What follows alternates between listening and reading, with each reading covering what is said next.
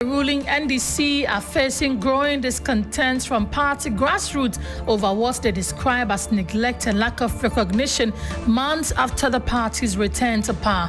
Also, NPP Presidential hopeful Bryan Acheampong confident of his chances as the party goes to primaries in about 3 months to elect a flagbearer. We have more from his Greater Accra campaign tour, and Kumasi Metropolitan Assembly, KMA Clinic, and 9 other health facilities shut down by the Health Facilities and Regulatory Agency, HeFRA, as part of its ongoing enforcement exercise. Details of these and more in the next 30 minutes. My name is Grace Hammoah Agyemang. Welcome to the Midday News on 3FM 92.7.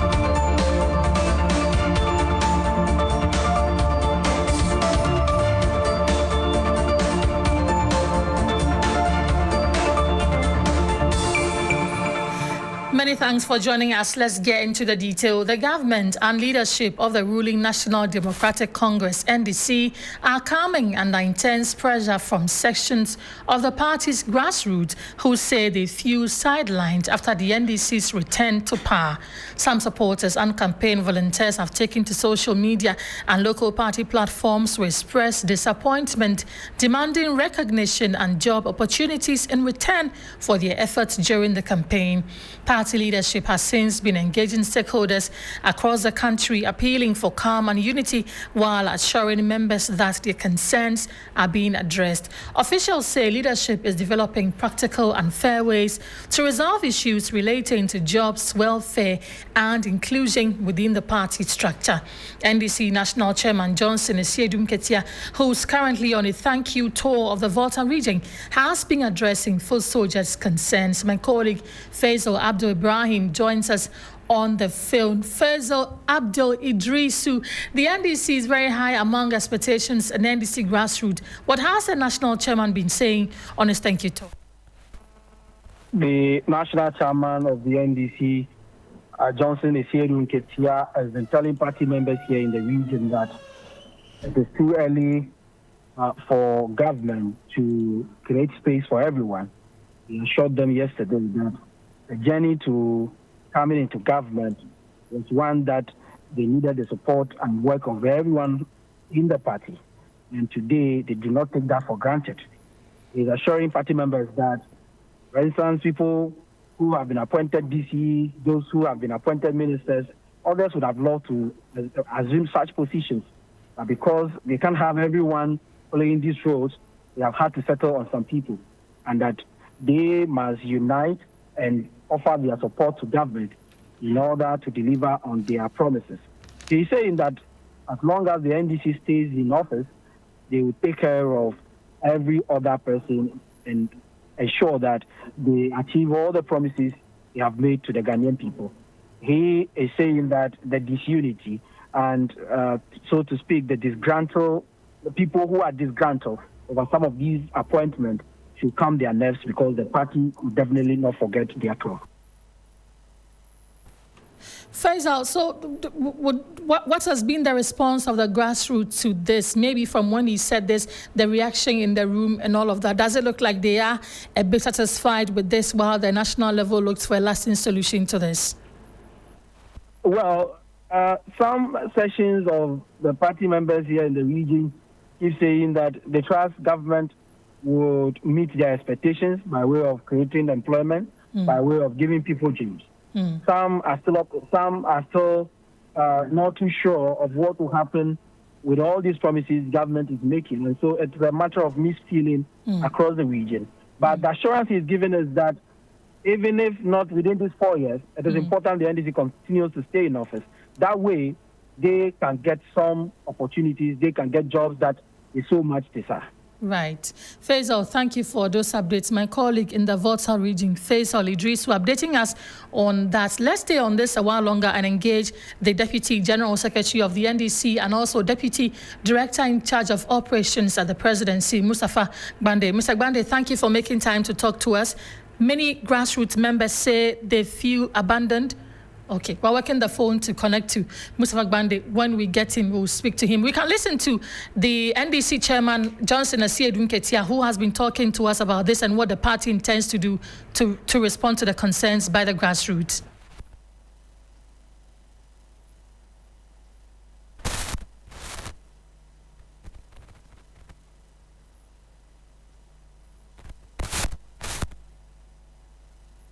We apologize. We'll bring you that audio subsequently. This is the Midday News on 3FM 92.7. From the quarters of the NDC, let's go to the NPP, because the new patriotic party presidential hopeful Bryan Acheampong says he is confident of securing a commanding victory in the Greater Accra region ahead of the party's national conference.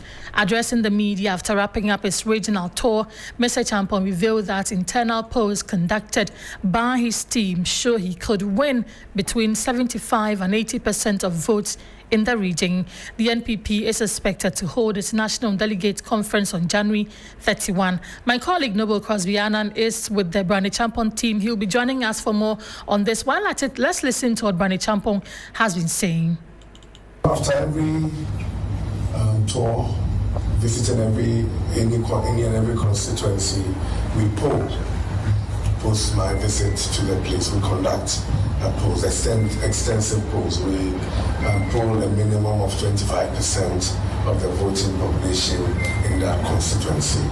The 10 questions that we put to them from the team, we always become confident with the numbers that come up. In Greater Accra, all the polls that we have conducted, and I'll be happy to share some of the constituencies with you after this, so you understand the kind of questions we ask, the answers we get, and how we're able to predict that we're going to do well in these constituencies. For the good ones, we're polling about 75-80%. I think that what we have seen was lower 50%. And those were just 2 constituencies out of the 34. And everything else that we have polled has been above 70%. So plus or minus 5%. I think that we should be doing very, very well in Greater Accra. So that's what brings my confidence up. Well, Bryan Acheampong has also been touching on recent polls involving the flagbearership position. We can listen to him. To put up polls that put myself ahead of others. I'm sure that I can have some friendly posters and do same for me.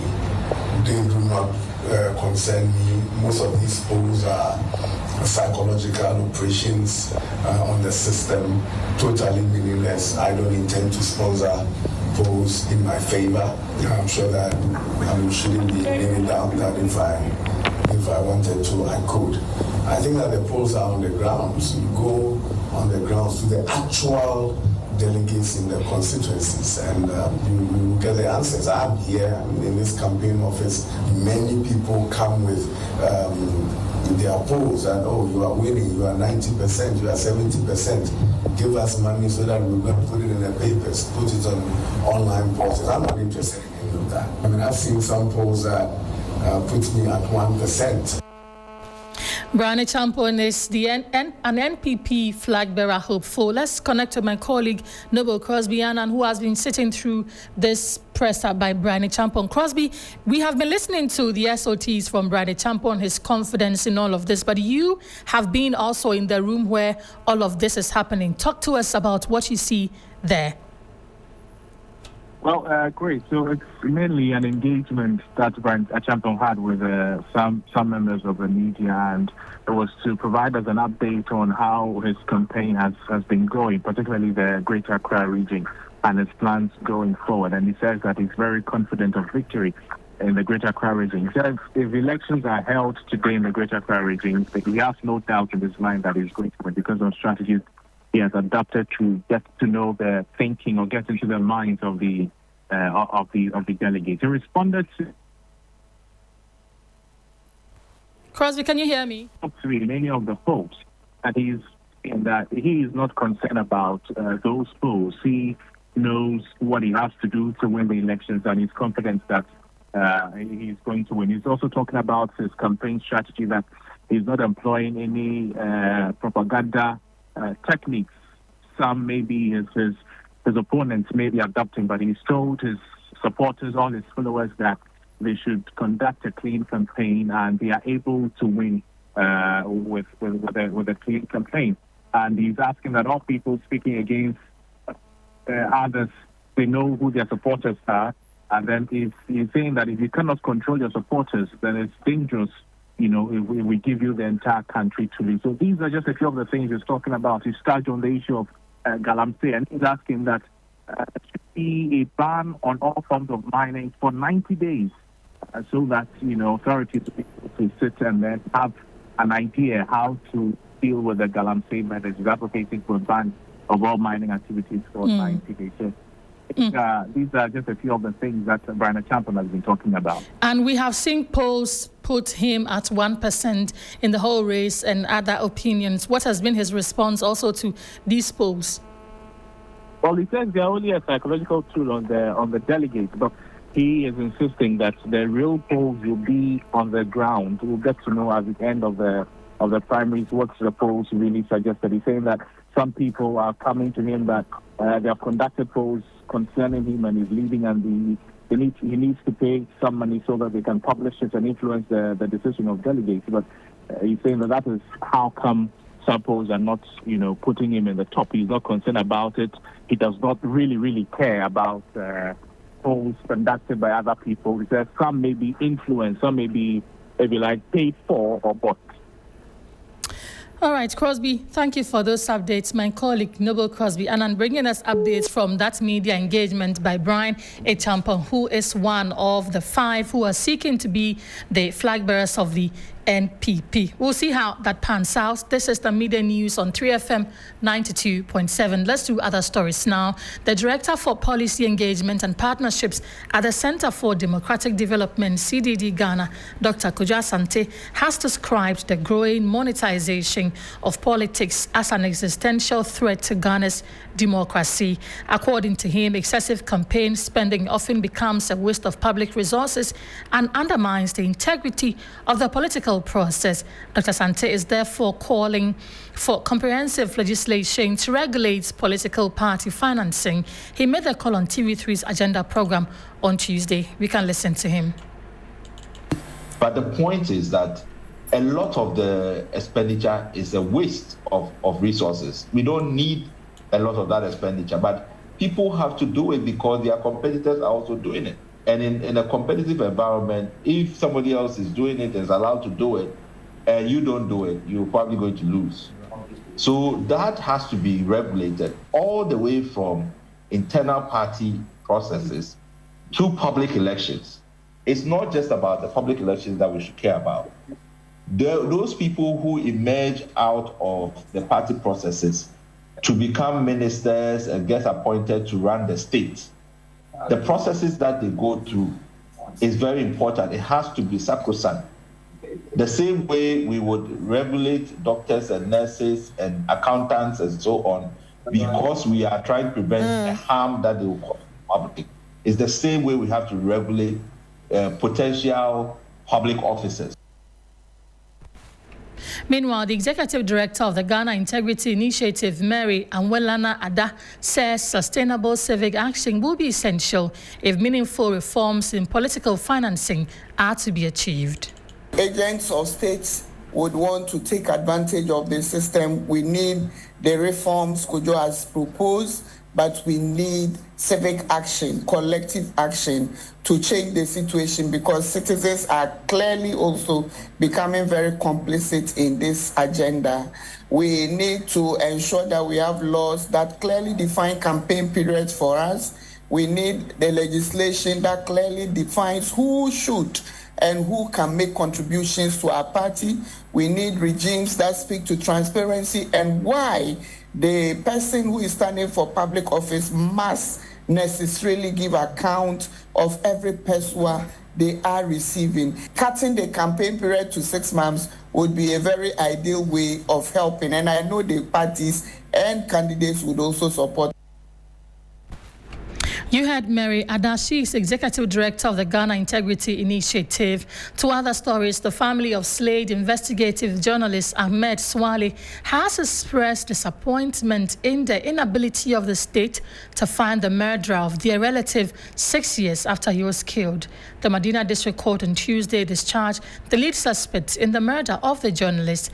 Daniel Owusu-Kwanting, an investigative journalist, had been charged with abetment of crime and murder in connection with the death of Ahmed Swale. Prosecution alleged that he led 2 other culprits currently at large to the home of Ahmed Swale, where he was eventually shot and killed by unknown assailants. According to 3 news sources, the Attorney General cited failure by the police prosecution to gather sufficient evidence as the reason for the discontinuation. But the spokesperson for the Swale family, Mustafa Idrisu, expressed disappointment in the turn of events. It has been a pain to the family over the years, and all we have been looking for is for the states to be able to get the people who committed this heinous crime. So when somebody gets arrested, and then the family is excited that at the end of the day, at least somebody has been arrested and being prosecuted over this particular issue, then all of a sudden, you hear that the accused person has been left free to go. Definitely, as a family, we're not happy about this development. The family is saddened about this whole development. The family further wants the sketches produced by eyewitnesses to be made public to help in the speedy arrest of the suspects. If it were to be somebody who has killed the police, by now they would have made public the people that they are suspecting. Why are they keeping it? Why is the police keeping the sketches of the individuals? Why are they keeping it? So that they are the only people that will go around and look for the persons?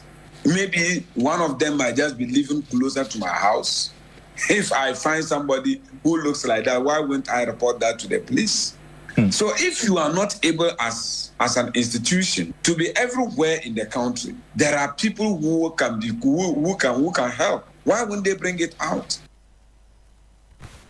Mustafa Idrisu is spokesperson for the Swale family. This is still the Midday News on 3FM 92.7. Time now for a breather. We're back shortly. Hello, Ghana.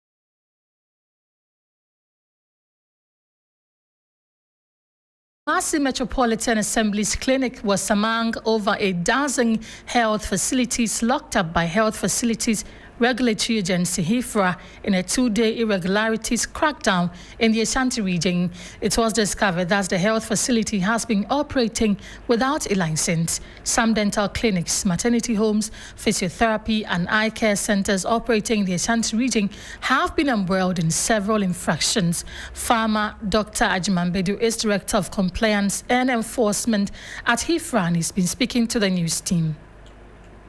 I would say so far so good. We have been able to visit 20 facilities, and out of that, we've been able to close down 18 of them. The exercise continues unabated. We intend to do more over the coming days. We are just from Greater Accra. We are in Ashanti. Other regions should be in wait for us.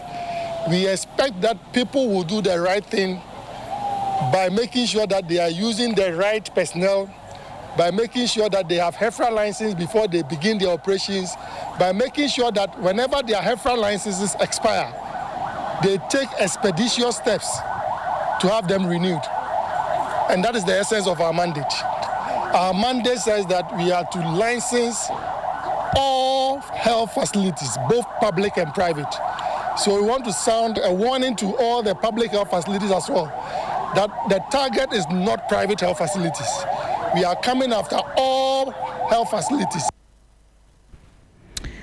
Dr. Agyemang, Director of Compliance and Enforcement at HeFRA, speaking to us about that crackdown in the Ashanti region. And away from that, the Association of Rice Farmers in the Mamprugu, Mogduri districts of the Northeast region have petitioned government over poor market and prices for their produce. The farmers, while registering their displeasure over the prices, urge government to fulfill its promise of buying surplus grains, including rice, directly from local farmers, as any further delay would cause them a severe financial loss. Recently, rice farmers in the country have faced challenges with market as several thousand metric tons of rice remain unsold. Let's listen to the farmers. Currently, it's time for harvesting, but the issue right now is, if you look at even the whole district, no farmer has even a storage facility to even store our produce. And the critical part is, we don't even have combine to also harvest our farm. But the lucky part, others has also brought in some combine that we are harvesting. Price no kura wolo so obi antime beto fi se de Kumasi a obi anto enti me gina ha ema emutofo nyina na akuefo se yapa mo cho yakoto dwofu fom jo ma ma ye srew boa ye bra akuefo no so bre. We heard some farmers there. My colleague Christopher Maku has been following on this development. Christopher, we know government says it has released 100 million cedis to buffer stock to buy the surplus grains. Why are the farmers still complaining? Yes, so Grace, it has to do with the fact that these farmers are yet to see that reflect in their pockets, because according to them, they have also heard that government has released some monies for the buffer stock to buy these surplus grains, but no buyer from any government institution or buffer stock has come to their communities to buy the rice. And so they are urging government to ensure that once it has said that they have directed buffer stock to buy, then government must walk the talk, because as it stands now, they still have excess from last year production and they have started harvesting for this year. And so if they harvest this year, adding to last year's surplus, then it means that they are going to lose a lot of money that they invested into their farms. And have you been able to get any response, especially with the Agric Directorates? What do they tell you? Yes, so the Agric Directors have also given assurances that they have heard that government has made available some money for them to buy the rice and other grains. They are only hoping that the money will be released to the various directorates so that they can go ahead with the buying of these rice. You've been speaking to the Agric Directors. Let's listen to him. Your petition has been well received. The concerns have been well noted. As I made mention earlier when I met your leaders, some of these days, steps have been underway to make sure that they mop up the rice. Your plea is that the buyers who come usually should come around. I also want to use this medium to say that those who usually come and buy, our mothers and our sisters who come to mop up the rice, should also come in. We receive the petition and forward it to the appropriate quarters, that is the regional office.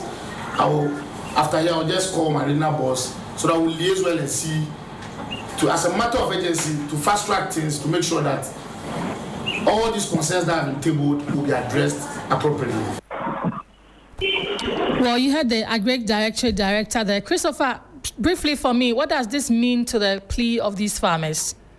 Yes, so what the Agric Director said does not really resonate with what they are demanding for, because the Agric Director, according to them, has been in the district.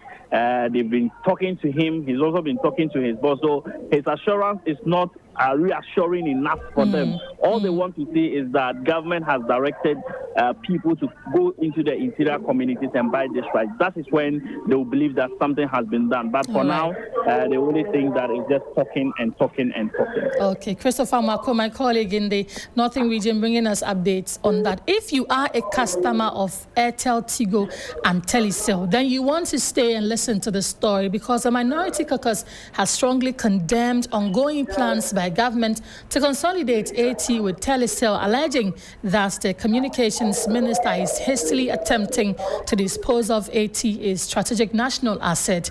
Ranking member on the Information and Communications Committee, Matthew Nyendam, accused the current communications minister of rejecting a proposal by Canadian firm Rectron to purchase shares in AT to merge the telco with Telecel to pursue a personal agenda. He says the ongoing arrangement lacks parliamentary oversight and must be immediately halted for a parliamentary inquiry.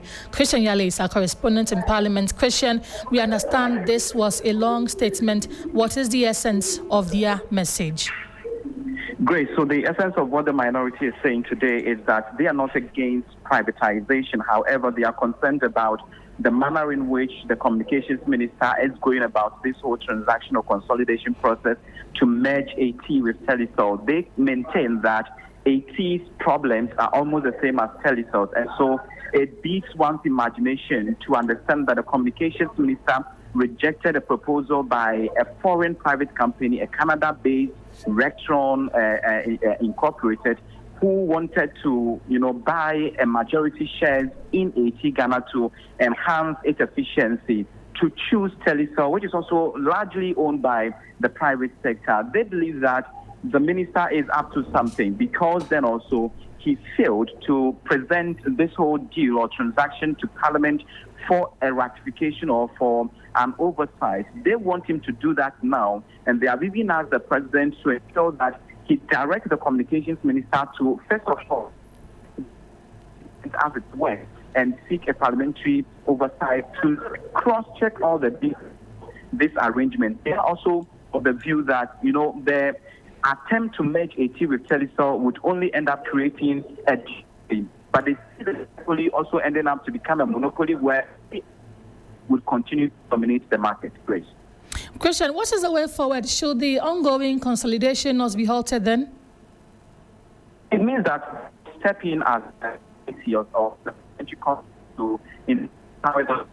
to Christian, I'm sorry, I'm losing you. Maybe we want to continue this conversation in our subsequent bulletins. My colleague Christian Yale updating us on that proposal by government for a merger between Airtel, Tigo, and Telecel. That will be all by way of the midday news on 3FM 92.7. It came to you live from our studios here at Adesawe Kanda. Let me quickly run you by the stories that came through as headlines for us in this bulletin. Government and leadership of the ruling NDC facing growing discontent from the party's grassroots over what they describe as neglect and lack of recognition months after the party's return to power. NPP Presidential hopeful Bryan Acheampong Confident of his chances as the party goes to primaries in about 3 months to elect a flag bearer. And Kumasi Metropolitan Assembly clinic and 9 other health facilities shut down by the Health Facilities and Regulatory Agency, HeFRA, as part of its ongoing enforcement exercise. Log on to trinews.com and get some more news. Thank you for joining us. My name is Grace Hammoah Agyemang. Good afternoon.